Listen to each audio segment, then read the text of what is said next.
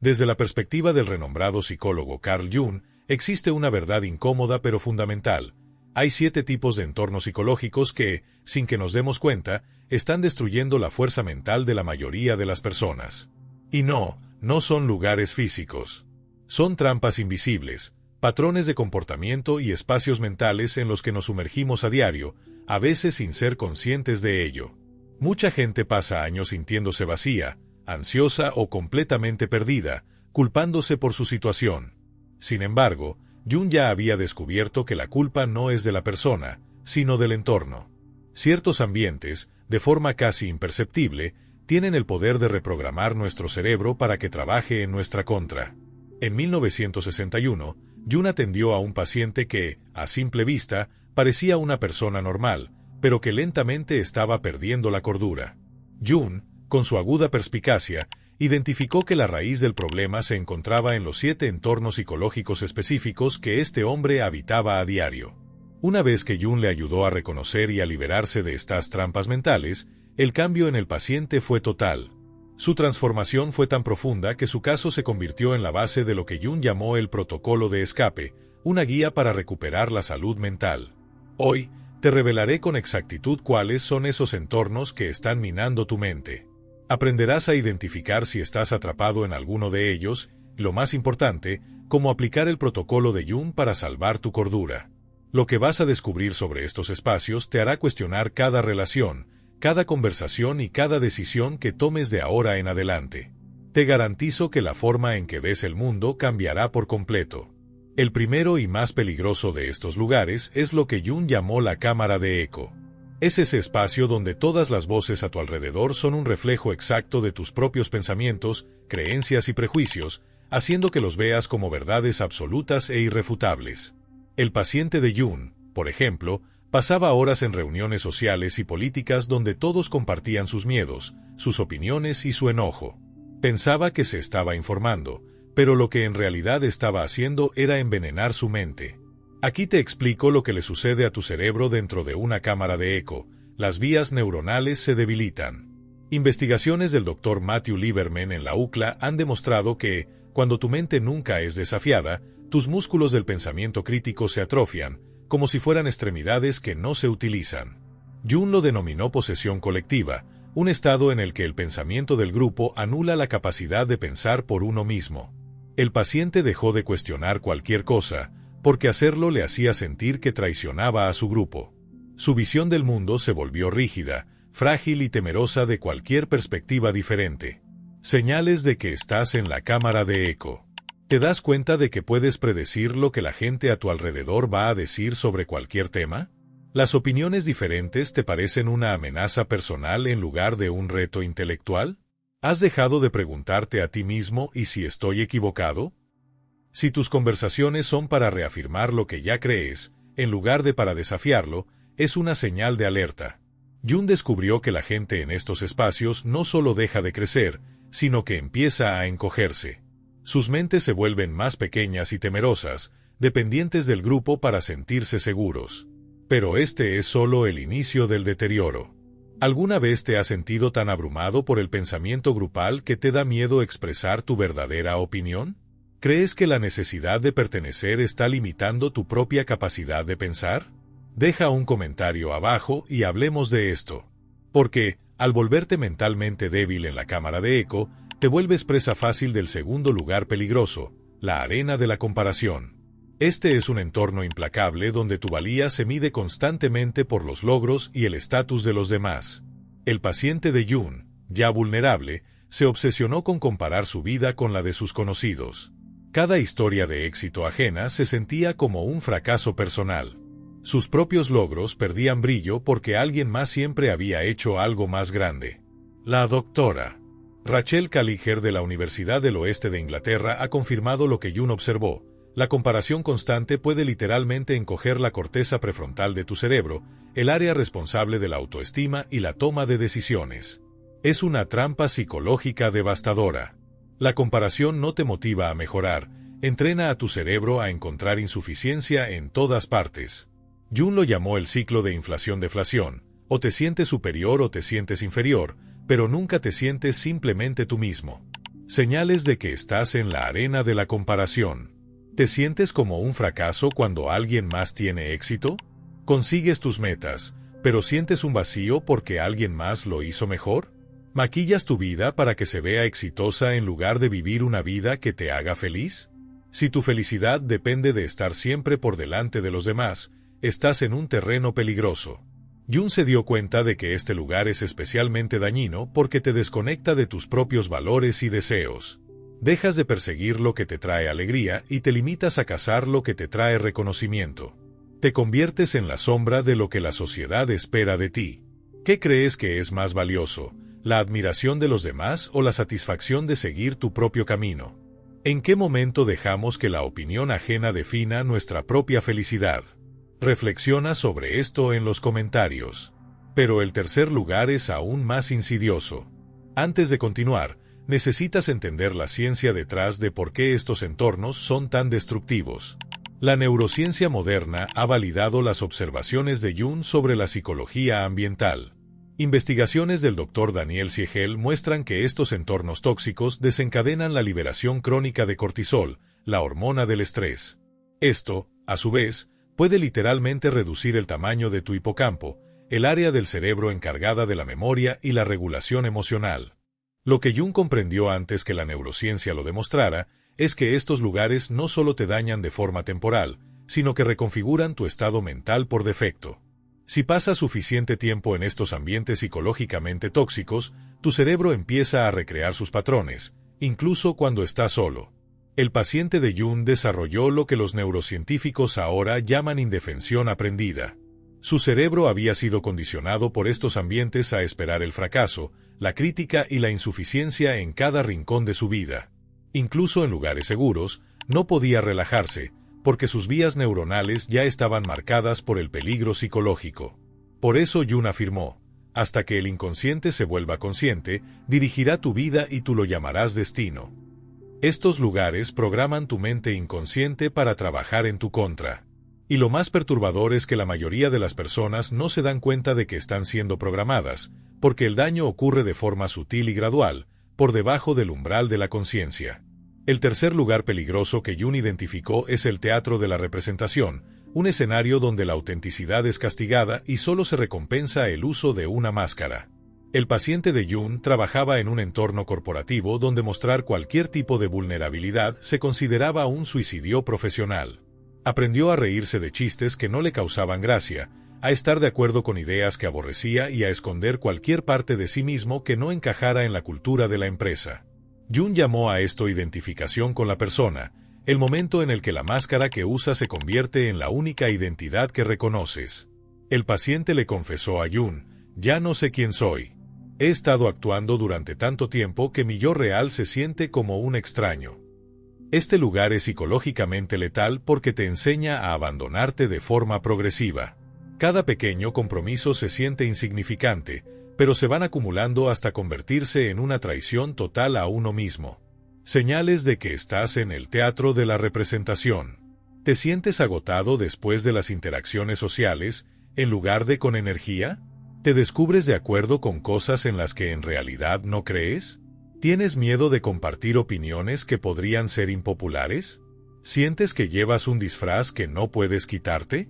Si tus verdaderos pensamientos y sentimientos te parecen peligrosos o inapropiados, es una señal de que has perdido tu autenticidad. El paciente lo describió a la perfección. Me volví tan bueno siendo lo que los demás querían, que olvidé lo que yo quería. Y cuando traté de recordarlo, no había nada. Jung se dio cuenta de que este lugar no solo esconde tu yo auténtico, sino que lo borra capa por capa, compromiso a compromiso, hasta que no queda más que una cáscara vacía, una representación sin alma. ¿Qué precio estás pagando por encajar? ¿Vale la pena sacrificar tu autenticidad por la comodidad de la aprobación? ¿Qué pasaría si te atrevieras a quitarte la máscara, aunque sea solo por un momento? Ya que el teatro de la representación te enseña a esconder tu verdadero ser, te vuelves vulnerable al cuarto lugar peligroso, el espacio del sufrimiento silencioso. Este es un entorno donde las necesidades emocionales se entierran bajo la ilusión de la estabilidad y la armonía. Jung lo vio constantemente en su práctica, pacientes de familias perfectas donde se daba por sentado el amor, pero nunca se expresaba, donde los problemas se ignoraban en lugar de abordarse. El paciente de Jun venía de una familia así. Nunca peleábamos, le dijo a Jun, pero tampoco hablábamos de verdad. Aprendí que tener necesidades era un acto egoísta y que expresar dolor era una debilidad. Este espacio crea lo que Jun llamó hambruna emocional. Tus necesidades emocionales no desaparecen cuando las ignoras, simplemente se enquistan en el inconsciente, manifestándose como ansiedad, depresión o una inexplicable sensación de vacío. La investigación de la doctora Sue Johnson sobre el apego muestra que la supresión emocional en las relaciones desregula el sistema nervioso. Tu cuerpo permanece en un estado de estrés crónico porque tus necesidades emocionales nunca son satisfechas. Lo más peligroso de este lugar es lo normal que se siente. El paciente de Jun le dijo, pensaba que éramos una familia unida porque nunca teníamos conflictos. No me di cuenta de que evitar los conflictos también significaba evitar la intimidad. Señales de que estás en el espacio del sufrimiento silencioso. ¿Te sientes solo incluso cuando estás rodeado de gente? ¿Has aprendido a lidiar con el dolor en lugar de sanarlo? ¿Sientes que pedir apoyo emocional es un signo de debilidad? ¿Tienes sentimientos fuertes, pero ningún lugar seguro para expresarlos? ¿La paz en tus relaciones se siente frágil, como si pudiera romperse en pedazos si eres demasiado honesto? Jun descubrió que las personas en este espacio desarrollan una profunda desconexión de su propia realidad emocional. Saben que algo anda mal, pero no pueden ponerle nombre, porque nombrarlo rompería las reglas no escritas de su familia o grupo. El quinto lugar peligroso es lo opuesto al silencio. ¿Alguna vez te has sentido tan abrumado por el ruido y las expectativas de los demás que has perdido tu propia voz? ¿Crees que la honestidad es más importante que la paz en tus relaciones? Estamos hablando de la tormenta del caos, un lugar donde la estimulación mental constante ahoga tu voz interior hasta que no puedes escuchar tus propios pensamientos. El paciente de Jun vivía en este estado permanentemente. Periódicos que exigían su atención. Programas de radio que le generaban ansiedad. Reuniones sociales que le dejaban sin energía. Demandas laborales que lo perseguían hasta su casa. Llenaba cada momento de silencio con lectura, conversación o alguna actividad, porque la calma le resultaba insoportable. Jun se dio cuenta de que esto no era una preferencia, era una forma de evitar. El paciente temía lo que podría encontrar en la quietud, dolor sin resolver, decisiones difíciles o partes de sí mismo que no quería enfrentar. La investigación del Dr. Adam Gazelli de la UCSF demuestra que la estimulación mental crónica afecta tu habilidad para formar pensamientos coherentes y tomar decisiones claras. Tu corteza prefrontal se sobrecarga y empieza a tomar decisiones impulsivas para reducir la carga cognitiva. Jun lo llamó fragmentación psíquica, un estado en el que tu atención está tan dispersa que pierdes la capacidad de integrar tus experiencias y transformarlas en sabiduría. El paciente consumía una cantidad enorme de información, pero no podía dar sentido a nada de ella. Señales de que estás en la tormenta del caos. ¿El silencio te hace inmediatamente buscar una distracción? ¿Tienes opiniones fuertes sobre todo, pero un conocimiento profundo sobre nada? ¿Te sientes ocupado, pero no puedes recordar lo que has logrado? ¿Disminuir el ritmo te genera ansiedad en lugar de paz? ¿Consumes información de forma constante, pero te sientes vacío por dentro? El paciente le dijo a Jun, me mantengo ocupado porque cuando me detengo, todo lo que he estado evitando me alcanza. Pero estoy tan cansado de correr. Porque la tormenta del caos te enseña a evitar tu voz interior.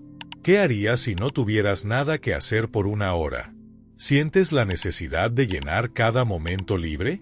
La tormenta del caos te deja vulnerable al sexto lugar peligroso, la cámara del autoabandono, donde ignoras de forma sistemática tus propias necesidades, instintos y verdades. Este es el lugar más insidioso porque sucede de forma gradual. Dices que sí cuando todo tu ser grita que no.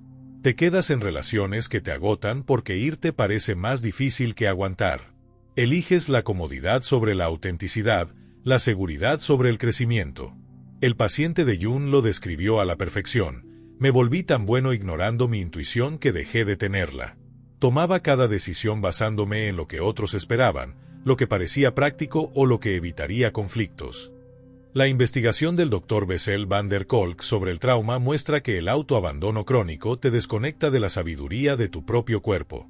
Pierdes la capacidad de reconocer lo que necesitas, quieres o sientes porque esas señales han sido constantemente ignoradas. Jung llamó a esto pérdida del alma, no como un concepto místico, sino como una realidad psicológica donde te vuelves un extraño para tu propio ser. El paciente dijo, sentía que estaba viviendo la vida de alguien más. No podía recordar la última vez que tomé una decisión basada en lo que yo realmente quería. Este lugar es particularmente peligroso porque se disfraza de madurez, responsabilidad o altruismo.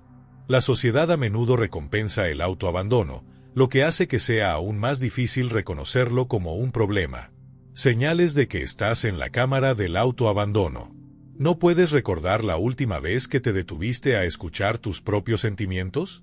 ¿Tus decisiones se basan en lo que se espera de ti en lugar de lo que te hace sentir bien? ¿Dejaste de tener preferencias sobre cosas que antes te importaban? ¿Sientes que vives en piloto automático? Cuando alguien te pregunta qué quieres, ¿realmente no lo sabes? Jung se dio cuenta de que este lugar crea un vacío aterrador. El paciente le dijo, tuve éxito en todo lo que se suponía que debía querer, pero me sentía completamente vacío por dentro. No sabía quién era debajo de todo el debería y el tengo que. Y ahora, llegamos al séptimo y más peligroso lugar, el que existe por completo en tu mente. ¿Alguna vez te has traicionado a ti mismo para complacer a alguien más? ¿Crees que eres responsable de la felicidad de todos los que te rodean? Finalmente, el séptimo y más peligroso lugar que Jung identificó es el sótano de la sombra, el lugar donde has encerrado partes de ti mismo que te dan demasiado miedo o vergüenza para enfrentar. El paciente de Jung pasó años evitando este espacio interno. Cada vez que recuerdos dolorosos, pensamientos vergonzosos o emociones difíciles salían a la superficie, los empujaba hacia lo que Jung llamó el inconsciente personal. Pero Jung descubrió algo aterrador: lo que entierras no se queda enterrado. Se hace más fuerte en la oscuridad, influyendo en tu comportamiento de formas que no puedes entender. El paciente se encontraba saboteando sus relaciones, reaccionando de forma exagerada a pequeños desaires y repitiendo patrones que había jurado no repetir. La investigación del Dr. Peter Levine sobre el trauma muestra que el contenido emocional no procesado se aloja en tu sistema nervioso, creando una desregulación crónica hasta que se integra conscientemente.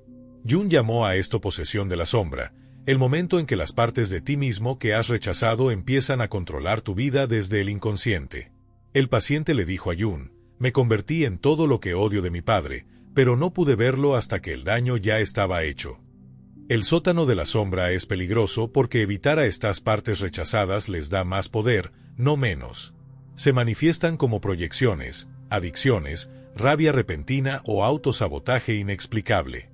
Señales de que estás en el sótano de la sombra. ¿Tienes reacciones emocionales intensas que te sorprenden? ¿Repites patrones en tus relaciones a pesar de saber que son dañinos? ¿Juzgas duramente a otros por rasgos que secretamente temes en ti mismo? ¿Tienes ansiedad o depresión persistente sin una causa clara? ¿Sientes que estás luchando contra un enemigo invisible dentro de ti mismo?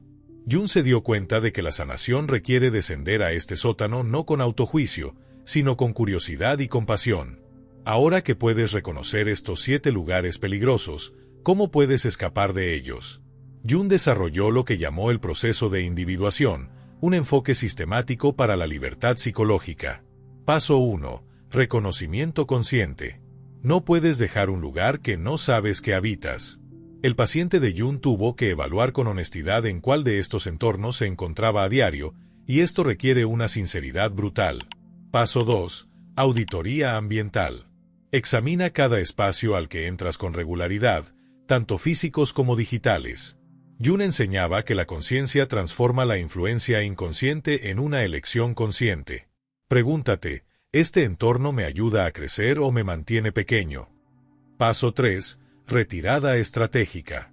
No necesitas abandonar tu vida, pero sí debes limitar la exposición a los entornos psicológicos tóxicos. El paciente de Jung empezó con pequeños cambios: limitar el tiempo con círculos sociales tóxicos, establecer límites con personas negativas y crear momentos de soledad y reflexión a diario. Paso 4. Integración consciente. Aquí es donde el enfoque de Jung se vuelve revolucionario. En lugar de simplemente evitar los entornos negativos, debes crear de forma consciente entornos positivos. Busca a personas que te desafíen con amabilidad, espacios que apoyen tu crecimiento y lugares donde se valore la autenticidad. Paso 5. El trabajo de la sombra. Jung creía que hasta que no enfrentes lo que has escondido en el sótano de la sombra, recrearás inconscientemente patrones tóxicos donde quiera que vayas. Esto requiere terapia, llevar un diario u otros métodos para llevar el contenido inconsciente a la conciencia. Paso 6. Mantenimiento regular. Jung descubrió que la libertad psicológica requiere una vigilancia continua. Estos lugares son seductores porque ofrecen un falso confort, un sentido de pertenencia o patrones familiares. Debes elegir de forma consciente el crecimiento sobre la comodidad, la verdad sobre la conveniencia. El paciente le dijo a Jung después de 6 meses, no me di cuenta de cuánta energía mental gastaba en esos espacios tóxicos. Ahora que los he dejado, siento que he recuperado mi mente.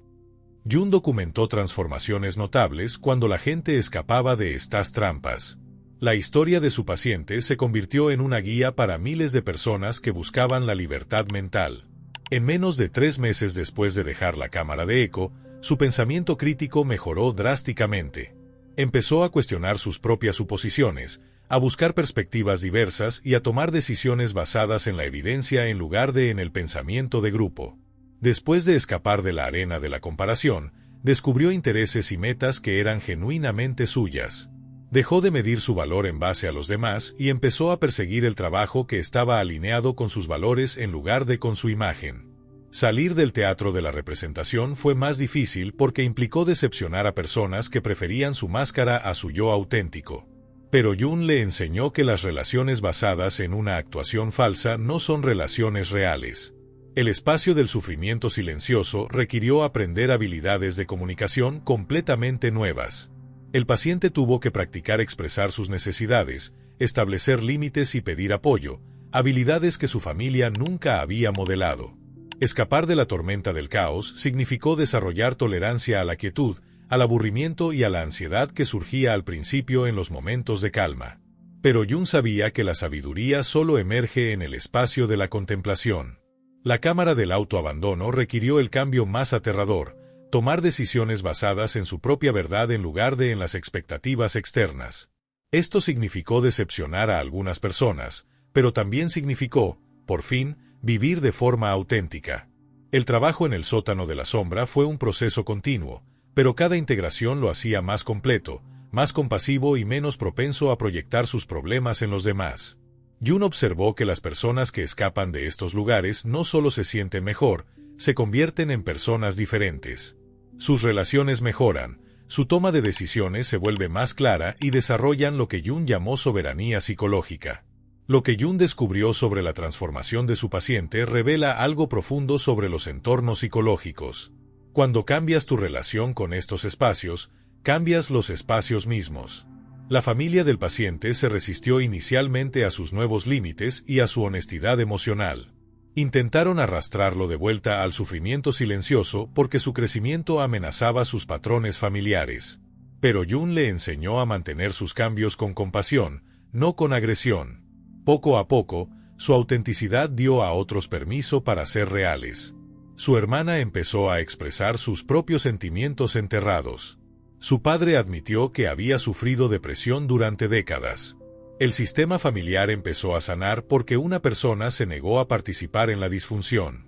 En el trabajo, el paciente dejó de actuar y empezó a contribuir de forma auténtica. Algunos colegas se sintieron amenazados, pero otros se inspiraron. Descubrió que el liderazgo auténtico era mucho más poderoso que complacer a la gente. Jung llamó a esto el efecto dominó de la individuación. Cuando dejas de participar en patrones psicológicos tóxicos, obligas a esos patrones a evolucionar o a desaparecer. El paciente le dijo a Jung, pensé que cambiar me haría sentir solo, pero en realidad atrajo a personas que querían una conexión real. Cambié muchas relaciones por unas pocas y significativas, y fue el mejor intercambio que he hecho en mi vida. Esta es la conclusión definitiva de Jung sobre estos lugares peligrosos. Persisten porque colectivamente decidimos habitarlos.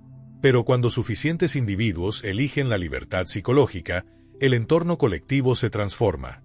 Recuerda el descubrimiento original de Jung: el 90% de la fuerza mental de las personas es destruida por estos 7 entornos psicológicos.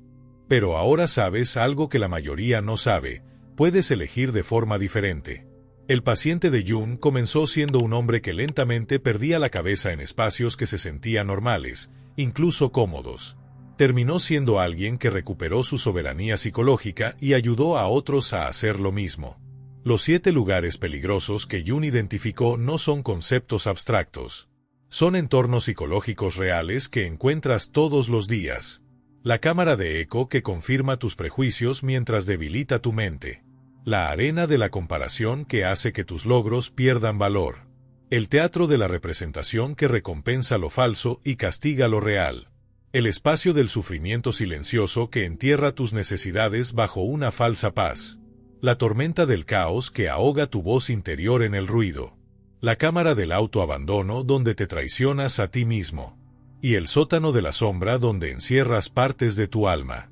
Pero Jung también nos mostró la salida. No a través del escape o la evitación, sino a través del reconocimiento consciente, de elecciones estratégicas y del coraje para crecer más allá de lo que es cómodo. El paciente que Jung trató en 1961 se convirtió él mismo en terapeuta, ayudando a otros a reconocer y a escapar de estas mismas trampas. Él entendió que la fuerza mental no se trata de evitar las dificultades, sino de elegir qué dificultades sirven para tu crecimiento. La lección final de Jung es que estos lugares siempre van a existir, y siempre serán seductores. Las cámaras de eco ofrecen una pertenencia fácil. Las arenas de comparación prometen motivación. Los teatros de representación dan aprobación. El sufrimiento silencioso se siente como paz. Las tormentas del caos te distraen del dolor. El autoabandono evita conflictos. El sótano de la sombra esconde la vergüenza. Pero la verdadera fuerza mental viene de elegir el crecimiento sobre la comodidad, la autenticidad sobre la aprobación y la conciencia sobre la conveniencia. La pregunta no es si te encontrarás con estos lugares peligrosos. Lo harás. La pregunta es, ¿los reconocerás cuando lo hagas? ¿Tendrás el coraje de irte? ¿Y crearás el tipo de entorno psicológico donde otros también puedan ser libres? Jung creía que el futuro de la conciencia humana depende de que los individuos sean lo suficientemente valientes para elegir la libertad psicológica por encima de la inconsciencia colectiva. Esa elección comienza con reconocer dónde estás ahora mismo y decidir dónde quieres estar. Tu mente no es tu enemiga, pero los lugares que le permites habitar sí que pueden serlo. ¿En cuál de estos 7 lugares peligrosos crees que has pasado demasiado tiempo? Compártelo en los comentarios. A veces, ponerle un nombre a lo que hemos vivido es el primer paso hacia la libertad psicológica. No olvides suscribirte para más contenido que puede transformar la relación con tu propia mente.